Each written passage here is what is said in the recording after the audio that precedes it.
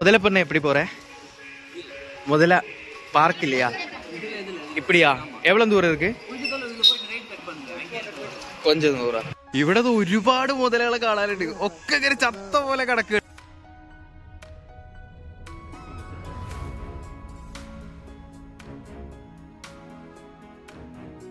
അപ്പോ ഇവിടെയുള്ള ലോക്കൽസ് ഇവിടെ കുളിക്കുന്നുണ്ട്, എല്ലാ കാര്യങ്ങളും ചെയ്യുന്നുണ്ട്. ഇവരങ്ങോട്ട് പോകുന്നുണ്ട്.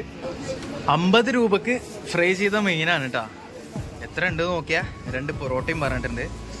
പൊറോട്ടക്ക് 2 പൊറോട്ടക്ക് 50 രൂപയായിരിക്കും. കേരളം നല്ലല്ലോ.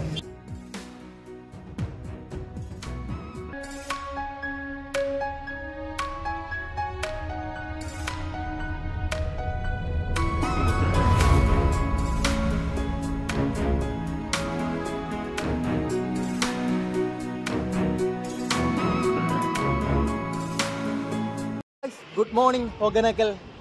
അപ്പോൾ ഇന്നലെ നമുക്ക് ഫാൾസിലേക്കൊന്നും പോകാൻ പറ്റിയിട്ടില്ല. പക്ഷേ ഇന്നിപ്പോൾ നേരം വെളുത്ത് സമയം 10 മണിയൊക്കെ ആയിട്ടുണ്ട്. ഇന്ന് നമ്മൾ ഇവിടെ മുതലപ്പണ്ണ് എന്ന് പറയുന്ന ഒരു പാർക്ക് ഉണ്ട്, മുതലകളൊക്കെ കാണാൻ പറ്റുന്ന ഒരു പാർക്ക് ഉണ്ട്. അങ്ങോട്ടാണ് പോകുന്നത് കേട്ടോ. ഇവിടുന്ന് ഏകദേശം 1 കിലോമീറ്ററിനകത്ത് ദൂരം വരുന്നുള്ളൂ. ഓട്ടോയിലും പോകുന്നില്ല, ബസ്സിലും പോകുന്നില്ല, നടന്നങ്ങോട്ട് പോവാ. ഈ നാടൊക്കെ ഒന്ന് കാണാലോ. രാത്രിയൊക്കെ ഇവിടെ കിടന്നുറങ്ങുമ്പോഴേ ഒരു 12 മണിയൊക്കെ കഴിഞ്ഞാൽ ഇവിടെ മൊത്തം നിശ്ചലമാവും കേട്ടോ. ഒന്നാമത് ഇവിടെ ടൂറിസ്റ്റുകളൊന്നും ഇല്ലാത്തതുകൊണ്ട് വലിയ സൗണ്ടും വലിയ ബഹളമൊന്നും ഇല്ലാത്തൊരിതാണ് കേട്ടോ. പക്ഷെ ഡേ ടൈമിന് ഇവിടെ കോവിലിൽ എന്തോ പരിപാടി നടക്കുന്നതുകൊണ്ട് ഫുൾ ടൈം പാട്ടും കാര്യങ്ങളൊക്കെ ആയിട്ട് ഇങ്ങനെ പോവും. രാത്രി ആകുമ്പോൾ മൊത്തത്തിലൊരു സൈലൻ്റാണ്. അപ്പോൾ സൈലൻ്റ് ആയി കഴിഞ്ഞാൽ ആ ഒരു വെള്ളത്തിൻ്റെ ആ ഒരു സൗണ്ട് ഇല്ലേ, ആ ഫാൾസിൽ നിന്നുള്ള സൗണ്ട് മാതിരി സൗണ്ടായിരിക്കും കേട്ടോ. ഞാൻ മേലെയല്ലേ നിൽക്കുന്നത്, 4ാമത്തെ ഫ്ലോറിലാണ് എൻ്റെ റൂം ഉണ്ടായിരുന്നത്. 300 രൂപയാണ് എനിക്ക് റെന്റ് വന്നിട്ടുള്ളൂ. ഞാൻ എന്തായാലും ആ റൂമും കാര്യങ്ങളൊക്കെ ഒന്ന് കാണിച്ചു തരാം കേട്ടോ. വെറും 300 രൂപ. പക്ഷെ ഓഫ് സീസൺ ആയതുകൊണ്ടാണ്. മൺസൂൺ ആയിക്കഴിഞ്ഞാൽ ഇവിടെ അടച്ചിടും. പിന്നെ ഡിസംബർ ഒക്കെ കഴിഞ്ഞിട്ടാണ് ഇവിടെ ഓപ്പൺ ആക്കുന്നത്. അല്ലെങ്കിൽ ചിലപ്പോൾ ഈ വെള്ളത്തിൻ്റെ ഒക്കെ ഇത് കുറഞ്ഞു കഴിഞ്ഞാൽ പിന്നെ നമുക്ക് ഇവിടെ വന്നു കഴിഞ്ഞാൽ പോവുകയൊക്കെ ചെയ്യാം. പക്ഷെ ടൂറിസ്റ്റുകളൊക്കെ വരുന്നത് ഡിസംബർ ഒക്കെ കഴിഞ്ഞിട്ട് വേനൽക്കാലത്താണ് കേട്ടോ.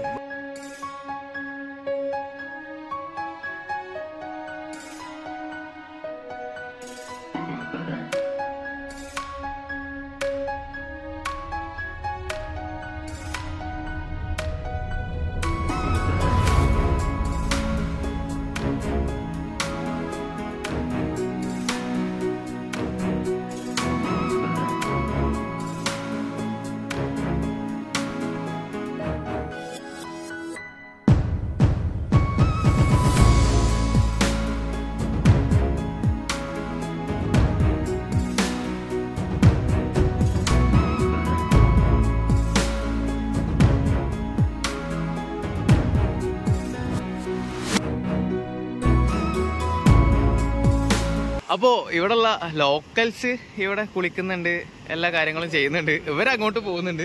പക്ഷെ ഞാൻ അങ്ങോട്ട് ഇറങ്ങി ചെന്നപ്പോൾ പോലീസുകാർ വന്നു കേട്ടോ. പോലീസുകാർ വന്നിട്ട് എൻ്റെ അടുത്ത് അങ്ങോട്ട് കയറാൻ പറഞ്ഞു. അത്ര ഫോഴ്സിലാണ് വെള്ളം വന്നുകൊണ്ടിരിക്കുന്നത്. അങ്ങോട്ട് നോക്കിയാൽ ഫോഗ് പോലെ ഇന്നലെ നമ്മൾ കണ്ടിട്ടുണ്ടായിരുന്നു കേട്ടോ. ഞാൻ എന്താ പറയുക, കുറച്ച് അടുത്തുനിന്ന് പോയിട്ട് ഒരു ഷോട്ട് അങ്ങനെ കീച്ചാന്ന് വിചാരിച്ചു. മുള്ളംകൊല്ലി വേലായുധൻ്റെ തടി പിടിക്കുന്ന രംഗത്തിലെ BGM ഒക്കെ ഇട്ടിട്ട് ഒരു പെടപെടക്കാന്ന് വിചാരിച്ചു. പക്ഷെ അതിനുള്ളൊരു വഴി ഉണ്ടെന്ന് തോന്നണില്ല. അവിടെ പോലീസുകാരുണ്ട്, അപ്പുറത്ത് ആ ഭാഗത്ത് പോലീസുകാരുണ്ട്. എൻ്റെ അടുത്ത് അങ്ങോട്ട് കയറാൻ പറഞ്ഞു. ഞാൻ അങ്ങോട്ട് ഇറങ്ങിയപ്പോട്ടോ. പുഴയിലേക്ക് ഇറങ്ങിയിട്ടൊന്നുമില്ല, കുറച്ച് അങ്ങോട്ട് ഇറങ്ങിയിട്ടുള്ളൂ. പക്ഷെ അവിടെ ലോക്കലായിട്ടുള്ള ആളുകൾ കുളിക്കുന്നുണ്ട്, എല്ലാ കാര്യങ്ങളും ചെയ്യുന്നുണ്ട്. വിഷയമില്ലാത്ത കേസാണ്. പക്ഷെ നമുക്ക് ടൂറിസ്റ്റിന് മാത്രം അലൗഡ് അല്ല. അപ്പോൾ നമ്മൾ പിന്നെ അതിന് മുതിരുന്നത് അത്ര വലിയ സംഭവമൊന്നുമല്ല.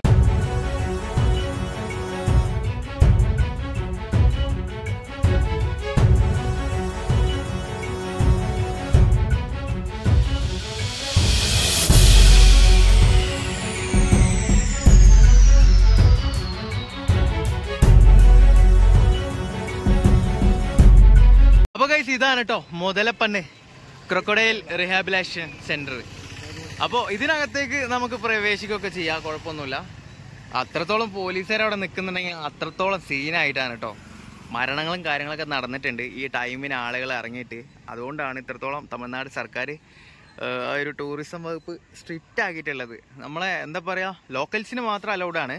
അവർക്കെന്ന് പറഞ്ഞു കഴിഞ്ഞാൽ ഈ ഒരു പുഴയും ഈ ഒരു ഒഴുക്കൊന്നും അവർക്ക് വിഷയമില്ലാത്ത കേസാണ്. അവരിവിടെ ജനിച്ച് വളർന്ന ആളുകളാണ്. പക്ഷെ നമ്മൾ ആദ്യമായിട്ട് കാണുമ്പോൾ നമ്മൾ ചിലപ്പോൾ നൈസായിട്ടൊന്ന് ഇറങ്ങാൻ തോന്നിക്കഴിഞ്ഞാൽ ഇറങ്ങിക്കഴിഞ്ഞാൽ ചിലപ്പോൾ ആ ഒഴുക്കിൽ പെട്ടിട്ട് അടിയൊഴുക്കുണ്ടാവും. അതാണ് പറഞ്ഞിട്ട് കാര്യമില്ല. ആ നരൻ സിനിമ കണ്ടിട്ടില്ലേ, അതന്നെയാണ് അവസ്ഥ കേട്ടോ. ക്രൊക്കഡൈൽ റീഹാബിലേഷൻ സെന്ററിലേക്ക് നമുക്ക് പ്രവേശിക്കാം.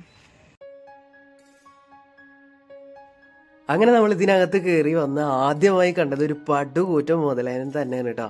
കണ്ടു കഴിഞ്ഞാൽ ആരും പറയില്ല ഒറിജിനലാണത്. കാരണം എന്താന്ന് വെച്ച് കഴിഞ്ഞാൽ ഒരു അനക്കവും ഇല്ലാതെ ഒരു ഊസലും ഇല്ലാതെ നൈസായിട്ട് കരയിൽ ഇങ്ങനെ പ്രതിമയുടെ പോലെ ഒരു പാറക്കല്ല് പോലെ ഇങ്ങനെ കിടക്കുകയാണ് കേട്ടോ.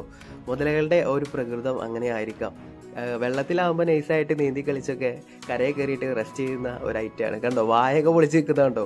അത് അതേ എക്സ്പ്രഷനിൽ നിൽക്കാൻ തുടങ്ങിയിട്ട് കുറേ നേരമായി ഒന്ന് അനങ്ങാൻ. കാരണം നമുക്കിത് ഡൗട്ടായി തുടങ്ങി, വന്നവർക്കും അറിയില്ല. അങ്ങനെ ഇരിക്കുകയാണ് എൻ്റെ കൂടെ ഉണ്ടായിരുന്ന ആളുകൾ ഏതോ മുതൽ അനങ്ങുന്നുണ്ട് നടക്കുന്നുണ്ട് എന്ന് പറഞ്ഞിട്ട് തൊള്ളയും വിളിയും കൂട്ടി നോക്കുമ്പോൾ അവിടെ ഉണ്ടായിരുന്ന മുതല നൈസായിട്ട് വെള്ളത്തിലേക്ക് ഇറങ്ങാൻ നിന്നാണ് കേട്ടോ. ഞങ്ങളെ കണ്ടപ്പോൾ അങ്ങനെ സ്റ്റെക്കായി. എന്താലേ, ഇവിടെയുള്ള ലോക്കലായിട്ടുള്ള ആളുകളൊക്കെ പറയുന്നത് ആ ഒരു നദിയിൽ നിന്നും നാട്ടിലേക്ക് കയറി വന്ന മുതലകളാണ് എന്നാണ് അവർ പറയുന്നത് കേട്ടോ. അതിനെക്കുറിച്ചിട്ടൊരു നോട്ട്സോ കാര്യങ്ങളോ ഡിസ്ക്രിപ്ഷനോ ഒന്നും ഇവിടെ കൊടുത്തിട്ടൊന്നുമില്ല. പിന്നെ നമ്മൾ ടിക്കറ്റ് എടുക്കുന്ന അവിടെ പോയിട്ട് ചോദിച്ചു കഴിഞ്ഞാൽ ചിലപ്പോൾ വടി കൊടുത്ത് അടി വാങ്ങുന്ന പോലെയാവും. ഷൂട്ട് ചെയ്യാൻ പെർമിഷനും കാര്യങ്ങളൊന്നും ഇല്ല. പിന്നെ നൈസായിട്ട് ഫോണിലായതുകൊണ്ട് ഇങ്ങനെ ചെയ്തിട്ട് പോവാന്ന് മാത്രമേ ഉള്ളൂ കേട്ടോ. ഇവിടെ എൻ്റെ കൂടെ കാണുന്നവർക്കും അതിനെക്കുറിച്ച് വലിയ ധാരണ ഒന്നുമില്ല. അപ്പം നമുക്കിങ്ങനെ കണ്ടിട്ട് ഇങ്ങനെ പോകാം. ഒരുപാട് മുതലകളുണ്ട് കേട്ടോ, പല ഇനം, പല തരത്തില്, പല വലിപ്പത്തില്.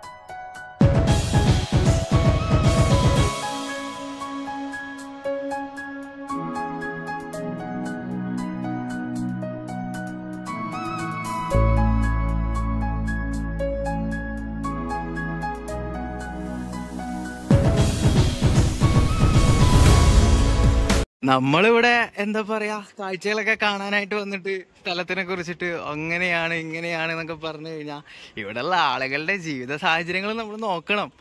നല്ലൊരു രീതിയിലുള്ള ഒരു മഴ കാര്യങ്ങളൊക്കെ വന്നു കഴിഞ്ഞാൽ ഇവർക്ക് എന്താ പറയാ, ഇവർക്ക് അതിൻ്റെതായിട്ടുള്ള ഒരുപാട് പ്രശ്നങ്ങളുണ്ടാവും, ബുദ്ധിമുട്ടുകളുണ്ടാവും. നമുക്ക് എന്നേലും ഒരിക്കൽ വരുന്നവർക്ക് അതൊന്നും ഒരു വിഷയമല്ല. നമുക്ക് കാണിച്ചക്കാർക്കൊക്കെ മഴ എന്ന് പറയുന്ന സംഭവം അല്ലെങ്കിൽ ഈ വെള്ളം എന്ന് പറയുന്ന സംഭവമൊക്കെ എന്താ പറയാ, വീടിന്റെ മുറ്റത്ത് എത്തുന്നത് വരെ നമുക്കിത് ഭയങ്കര സംഭവമാണ്. വീടിന്റെ മുറ്റത്ത് എത്തിക്കഴിഞ്ഞാൽ പിന്നെ പ്രളയമായി അങ്ങോട്ടാണ്, കണ്ണീരിങ്ങനാവും. അതാണ് അവസ്ഥ.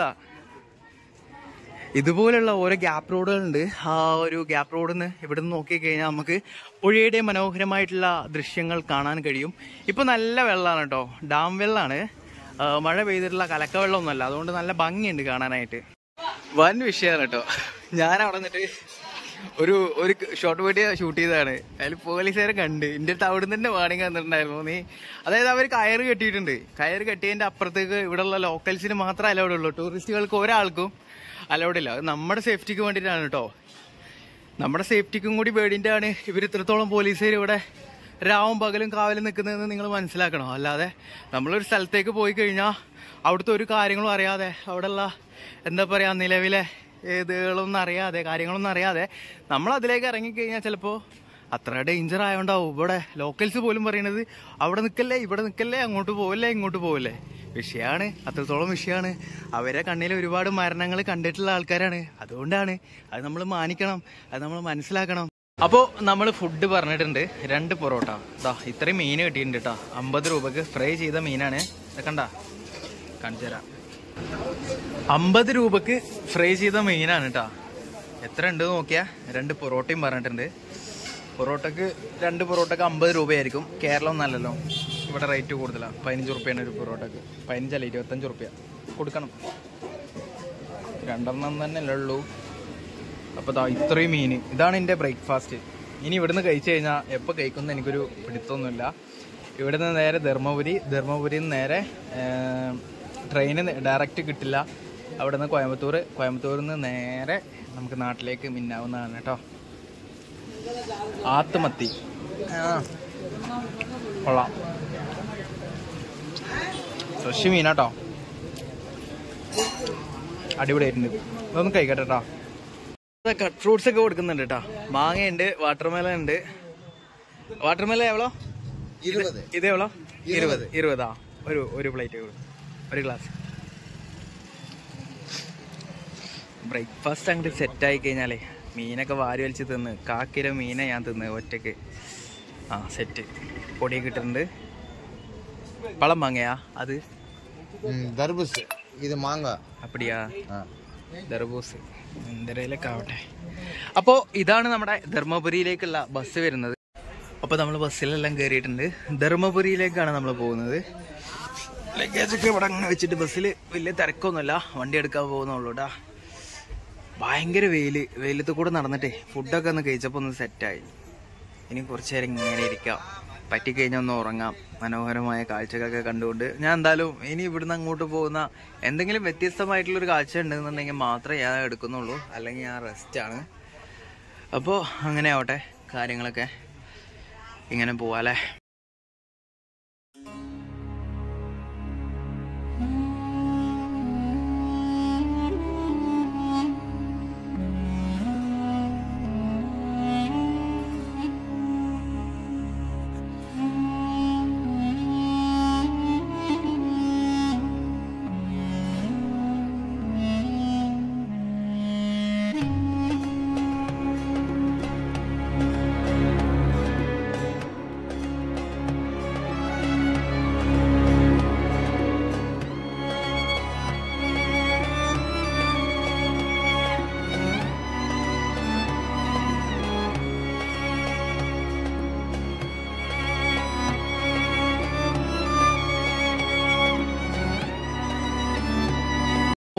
രൂപയുടെ ടിക്കറ്റിൽ 1.5 മണിക്കൂർ നേരത്തെ യാത്രയ്ക്ക് ശേഷം ഹൊഗനകലിൽ നിന്നും നമ്മൾ ധർമ്മപുരിയിലേക്ക് ഈ ഒരു ബസ്സിൽ എത്തിയിട്ടുണ്ട്.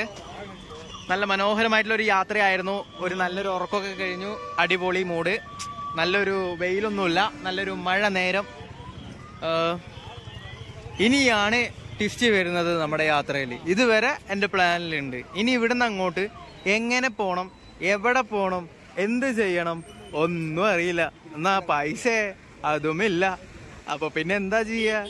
പെരുവഴിയേ ശരളോ. നോക്കാട്ടോ, അലയിക്കട്ടെ. ഒന്ന് വന്ന് ഇറങ്ങിയിട്ടല്ലേ ഉള്ളൂ. ഇതൊക്കെ ഞാൻ ആദ്യമായിട്ട് കാണുന്ന സ്ഥലങ്ങളാണ്, ധർമ്മപുരിയൊക്കെ. എവിടെയൊക്കെ എന്തെങ്കിലും സ്പോട്ടുകൾ ഉണ്ടോ നോക്കട്ടെ.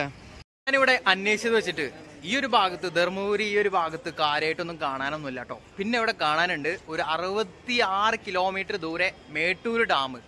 ഇപ്പൊ സമയം 3:30 മണിയായിട്ടുണ്ട്. ഇവിടെ നിന്ന് ഏകദേശം ബസ്സിൽ പോവുകയാണെന്നുണ്ടെങ്കിൽ ബസ്സൊക്കെ കിട്ടിയിട്ട് പോകണല്ലോ. 1.5 മണിക്കൂർ മതി. എന്നാലും നമുക്കൊരു 2 മണിക്കൂർ കണക്കാക്കേണ്ടി വരും. അതായത് ഒരു 5:30 മണിക്ക് നമ്മളവിടെ എത്തുകയാണെന്നുണ്ടെങ്കിൽ അങ്ങോട്ട് കയറ്റി വിടോ എന്താണെന്ന് അറിയില്ല. നമ്മളെവിടെ പോയി കഴിഞ്ഞാൽ നമ്മളെ കയറ്റി വിടാറില്ലല്ലോ. എന്തായാലും നമുക്ക് നെക്സ്റ്റ് സേലം വഴി പടക്കാനുള്ള ഒരു പരിപാടി തന്നെയാണ്. Next destination Salem, Mettur dam. അപ്പോൾ എന്തായാലും ബസ്സൊക്കെ കിട്ടിയിട്ട് നേരെ പോവാല്ലേ. ഇതുവരെയായിട്ട് എനിക്ക് എക്സ്പെൻസ് ഒന്നും ഇല്ല കേട്ടോ. ഇവിടെ വെറും 20 രൂപയുടെ ഒരു 7up വാങ്ങിയിട്ടുണ്ട്. അതൊക്കെ കുടിച്ചിട്ട് ഒന്ന് റീഫ്രഷ് ആയി ഇനി ഒന്ന് മുള്ളൊക്കെ ചെയ്തിട്ട് നൈസായിട്ട് ബസ്സിൽ കയറിയിട്ട് അങ്ങോട്ട് പോവാ. അപ്പോൾ ഇനി ഇവിടുന്ന് അങ്ങോട്ടുള്ള യാത്രകളാണ് കേട്ടോ. കണക്കാക്കിക്കോ, എൻ്റെ എക്സ്പെൻസ് കണക്കാക്കിക്കോ. ഒരു ദിവസത്തെ യാത്രയാണ്. ഇവിടെ ടോയ്ലറ്റ് കണ്ടാ? ആ ടോയ്ലറ്റ് കണ്ടാ? നല്ല നീറ്റ് ആൻഡ് ക്ലീൻ ആണ് കേട്ടോ. ഉള്ള കാര്യം ഉള്ളതുപോലെ പറയണല്ലോ. എനിക്ക് അതിൻ്റെ ഉള്ളിലൊന്നും ഷൂട്ട് ചെയ്യാൻ പറ്റില്ല. ഇനിയിപ്പോൾ തമിഴ്നാട്ടിൽ വന്നിട്ട് ടോയ്ലറ്റ് ഷൂട്ട് ചെയ്തു എന്ന് പറഞ്ഞിട്ട് എയറിൽ കയറി വൈറലാവാൻ എനിക്ക് വയ്യ. എന്തായാലും 5 രൂപ വാങ്ങുന്നുണ്ട്. 5 രൂപ വാങ്ങുന്നുണ്ടെങ്കിൽ, പൈസ വാങ്ങുന്നുണ്ടെങ്കിൽ അതിനനുസരിച്ചുള്ള ഒരു നീറ്റ് ആൻഡ് ക്ലീൻ ആയിട്ടുള്ള ഒരു ടോയ്ലറ്റ് ആണ്. നല്ല സുഗന്ധപൂരിതമായ ഒരു ടോയ്ലറ്റ് എനിക്ക് ഇവിടെ കാണാൻ കഴിഞ്ഞു. ഇതുവരെയായിട്ട് ഞാൻ ഈ പബ്ലിക് ടോയ്ലറ്റുകൾ ഞാൻ അങ്ങനെ കണ്ടിട്ടില്ല. പൈസ കൊടുത്തിട്ട് തന്നെയാണ് ചില സ്ഥലങ്ങളിലൊക്കെ പോകുന്നത്. പക്ഷെ പൈസ കൊടുത്തിട്ട് പോലും നീറ്റ് ആൻഡ് ക്ലീൻ അല്ലാത്ത ടോയ്ലറ്റുകളാണ് പല സ്ഥലത്തും. അപ്പൊ ഇതെനിക്ക് എടുത്തു പറയാൻ തന്നെയാണ് തോന്നിച്ചു. കുറ്റങ്ങൾ മാത്രം പറഞ്ഞിട്ട് മാത്രം നമ്മൾ യാത്ര ചെയ്തിട്ട് കാര്യമില്ലല്ലോ. ഉള്ളതുപോലെ നല്ലതാണെന്ന് ചൂണ്ടിക്കാട്ടി പറയാനും എനിക്കറിയാം ഗൈസ്. അപ്പൊ നേരെ മേട്ടൂർ ബസ് ഏറി പോലാമാ.